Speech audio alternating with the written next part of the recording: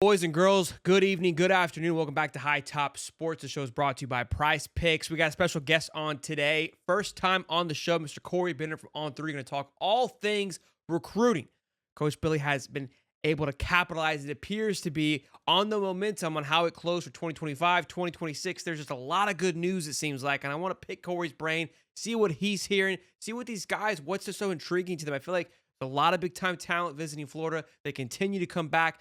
Again, the big question mark is, can he close like he did this past year? We're going to bring in Corey Bender now, talk all things recruiting. Corey, good to see you, man. Welcome onto the show. Yeah, man. Thanks for having me on. Good to see you too. Absolutely, man. But look, you've been busy. I talked with Keith and other guys on On3. They've been kind of dealing with, obviously, the coaching swap madness has been going on, but you've been dialed into the recruiting since we kind of made this transition into 2026, and there really isn't an off season, it feels like, anymore, because you hit portal and it feels like recruiting has shifted the entire season. So you really get ramped up early on in January. And I've kind of been noticing it feels like they've done a great job of carrying the momentum, how we close 2025 into this early part. What's your thoughts on that, and talk about it a little bit? Yeah, no, like you said, man, as far as I've been covering recruiting for almost 15 years, and the way Florida kind of, finished the 2025 cycle, it was something like I haven't seen from many different teams. And like you said, that momentum carried over in the 26. And when we were there for Under Armour All American Week, it was evident talking to all those kids. I mean, I remember even a year ago, you would hear a lot of buzz with Florida kids. I mean, you would have the Vernells, the Legacies. You knew Florida was going to be in the mix for. But this year, 2026, Emmanuel Nacho, the offensive tackle, five-star, one of the best offensive tackles in the world, guys like that were buzzing about Florida, saying, "Hey, I noticed the way they finished. Obviously, I like obviously to be LSU, to be Ole Miss, to be Florida State, all these kind of, Florida State had a poor season. It was still a rivalry game. They still came on top. A lot of these kids were considering both schools. Just the way they finished, like you said, 25. And that's the other thing they mentioned too. I like Florida, but man, all the guys are getting as well from that last cycle. I don't think any recruits didn't notice that. So you go into the Under Armour American Week, there was heavy buzz there. And then obviously here going into February, January, it's kind of different now, the contact period. We don't have in-home visits from the past cycle. They don't have that at the end of the year like they did in previous years. That's all kind of bumped up now. So now with the juniors, you're having in-home visits. Kids are going out to restaurants with coaches, and you're kind of laying that groundwork. And then, a lot of those good visits kind of turned into these kids visiting here in January for junior days. So only a few right now, only about 3 commits in the class, but it's different with NIL now. You're not gonna have many kids unless it's a legacy or maybe Florida's their biggest offer. A lot of these kids are gonna take their time, take visits. You're comparing the whole NIL thing, but Florida's really laid the groundwork with a lot of big name kids, and now we're in the dead period. It's trending up in a major way. I think that's a good thing to hear. It felt like last year this time we were kind of a little bit behind the eight ball. We had a couple guys committed just like we did now, but like you just said, the groundwork has been laid going into this dead period, and that's what it seemed to be that was happening. And again, the time that the thought process to commit, it definitely seems like it's getting dragged out more. Now, I will argue that when they finally kind of make that call, they're pretty locked. We saw it with this National Signing Day. It wasn't as explosive and firework-esque as it used to be because the guys were already dialed in and locked in. Obviously, you had a few, like you always do, Dallas Wilson and a few others, but pretty locked in once those guys were committed. Emmanuel Ancho is a big one, offensive tackle. I know Florida, that would get the juices flowing. We haven't landed a big-time offensive tackle in quite some time. Not that they haven't been developed. I think that's something you Yeah. have to think these guys are looking at. Has that been part of the conversation?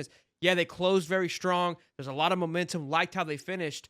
But I've been saying it on the show with what Rob Sale's been able to do. He's got 2 bricks under his belt. Are these guys starting to notice that, hey, the development's there? No, absolutely, man. I think that's the biggest thing too. The NFL experience. When you talk about a lot of offensive line recruits, they mentioned DeCoster and Sale how, hey, yeah, they were in the NFL, but you mentioned Jake Slaughter, you mentioned guys like that, who guys they developed and who are coming back. And that's the thing with Jake Slaughter. He's on campus. He was a big part of the Shadow Days this past Friday. Graham Houston, offensive lineman out of Buford in Georgia. He was one of the guys that said, "Hey, this kid's first class." Obviously telling us about how well these guys coach in Gainesville, how detailed they are. And obviously, the one main selling point with the offensive line recruits early on was, hey, they have 2 offensive line coaches. That was always mentioned with every kid. But now you're mentioning the development. And I know since DeCoster's came, obviously got to Gainesville, he made a big improvement when it comes to, sacks given up for the unit. I know he's getting a lot of credit from a lot of people. I know a lot of guys on the team They have kind of credited DeCosta when it comes to that pass pro development. So you have two different parts of it. You have guys obviously getting developed. You have DeCosta coming in straight from the NFL. And then you have during these shadow days, you have Jake Slaughter, who obviously has just been straight to the point with these guys and showing like, hey, if you come here, you can get developed and you can kind of see the growth. And that's what's going to be interesting too coming back this upcoming year. They return most of the offensive line, and it's going to be a big offensive line class for Florida as well. It's a very important one. It's going to be a larger one. They obviously, Emmanuel is one you just mentioned. One of the guys obviously at the top of the list they want to kind of bring in, and he was one when we spoke to. He kind of said, "Hey, I love how Florida's developed. DeCosta, that's my guy. Now I want to come back in the spring and just kind of see their coaching style." So I think a lot of these guys, they look at Florida, they know the development's in place. Let me just come back again and just kind of see it with my own eyes. Love that. And you got to think DJ Lagway plays a huge factor into that as well. And DeCoster, obviously, as we're recording this, there still hasn't been confirmation on Rob Sale, whether his contract extension's in place. And we've alluded to it, we've talked about it, we've read the tea leaves. And again, I kind of asked the question, we talked about the great improvement, and the only big change last year was DeCoster. And I was like, maybe this guy really came in and had a huge impact. I'm not saying Sale didn't do a great job of developing and laying the groundwork, but there was just a flip of the switch this past year. And maybe DeCoster had, and what you're alluding to, that he did have a great impact to last year. And it seems like the recruits are taking a liking to him as well. So again, one more thing to possibly think about is this, the future of Rob Sale. Could this be a factor into that? I don't know if you know anything. We're still waiting to hear on that. But any other, again, I've been taking a look obviously at recruiting for 2026. Offensive linemen are leading the way right now for this class. Typically, you've got your big skill guys, right? Couple of edge always go thrown in there, linebackers. But I want to say, I'm pretty sure the number one player in the country is an offensive lineman right now for most recruiting sites. Is that right? And of course, the show is brought to you by Prize Picks, ladies and gents, bringing you some fantastic action as we get the Super Bowl just a week away. They are doing some fantastic stuff. Take a listen to what's going on. The big game is almost here. It's now or never. Don't miss out on the last football game of the season.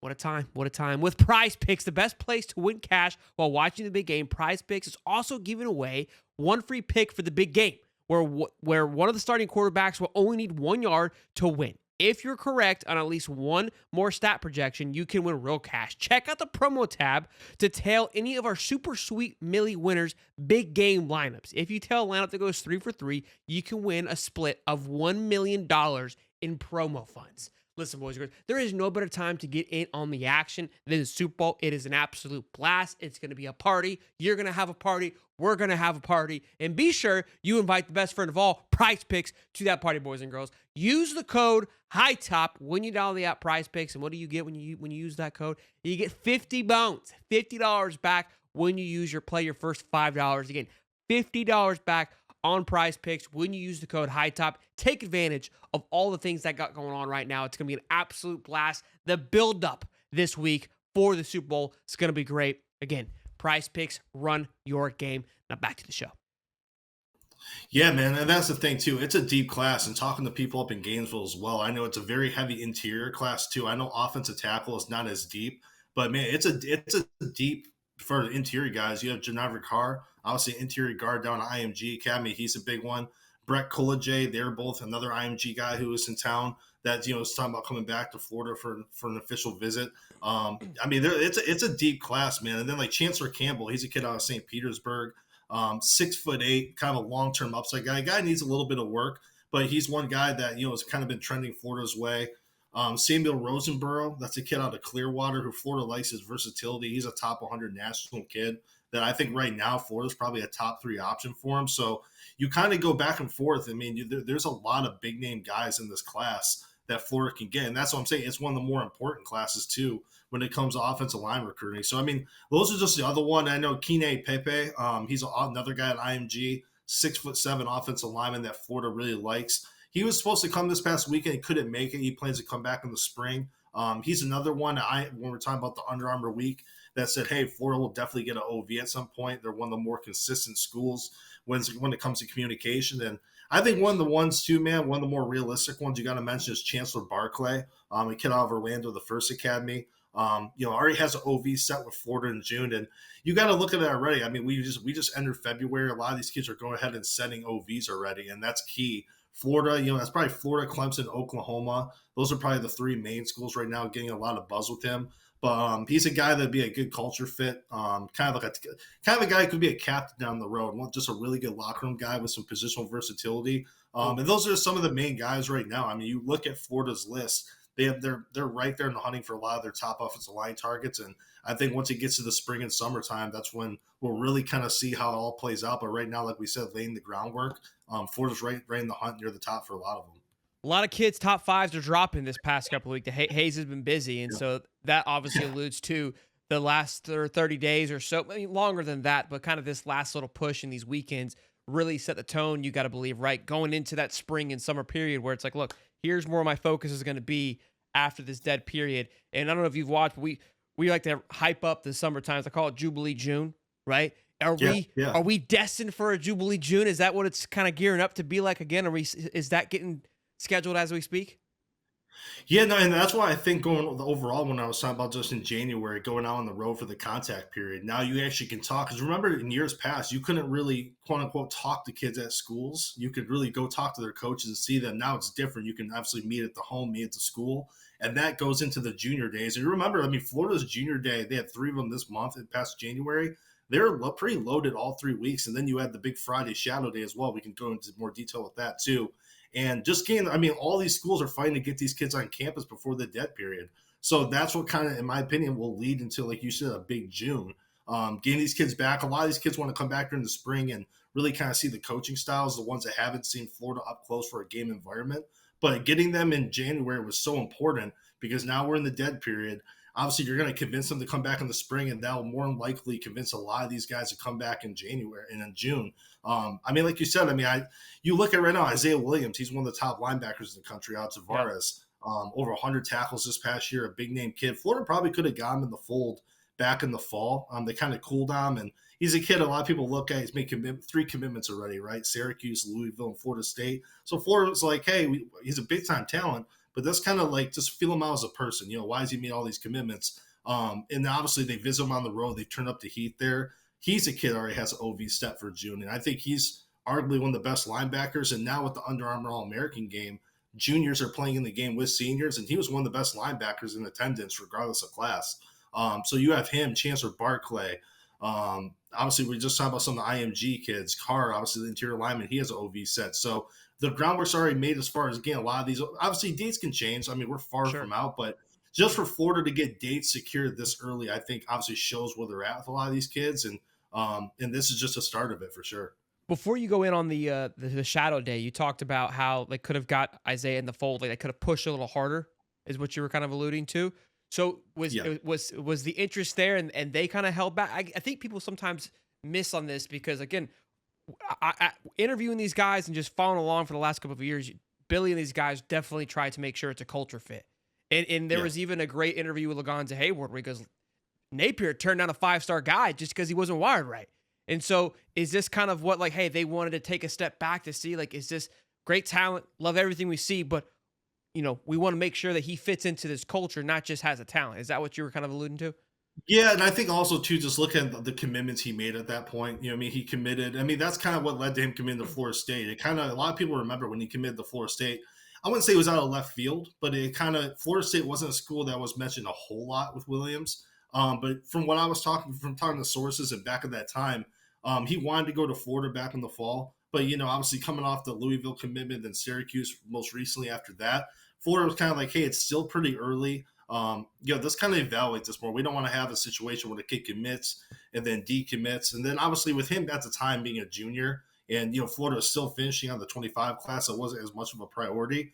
And that's kind of what happened. And look, he already decommitted from Florida State. And it's nothing against the kid's character. The kid's a really nice kid, a really good kid. I just think sometimes you kind of jump in the moment, you like these schools. And then obviously with Florida State's situation, they obviously just didn't have a good season. They had some coaching changes, so that one makes a little bit more sense. But yeah, from what I was told, Florida was his lifelong favorite school. He grew up a big Gators fan. And some people thought, hey, if Florida kind of passed on or cooled on, I should say, back in the fall, is that going to affect them long term? And obviously not, because that's what we were waiting to see. When I was talking to someone in Gainesville recently, they're like, hey, we love him as a player. This is obviously before the contact period. We love him as a player, but we're just still trying to like build that relationship, feel him out as a person. And I've talked to Isaiah so many times. He's a great kid. And then obviously when Florida got on the road and got to spend more time with him and others in that class and really got to know these kids, they're like, wow, they get to understand them a little bit more. And then obviously Ron Roberts was on the road. Billy Napier. Right now, he says Alabama's his number one school, but I can't really look at that too much. I think Florida, as they build momentum, they obviously have an OV set already. I think they're a school that'll be right there in the end. As long as they keep their foot on the gas pedal with them, I think they have a great shot at getting him in the class. And when it comes to talent, he's a physically opposing kid too, man. When you see, even when I saw him last summer at the media day for Under Armour, this is before his junior year. I was like, man, this kid's only going to be a junior. I mean, he has a good physical makeup. He's a big kid. And then this past fall, over 100 tackles. He had a gaudy stat sheet. So yeah, I think overall, yeah, they kind of cooled down, but now they're circled back and they're turning up the heat again.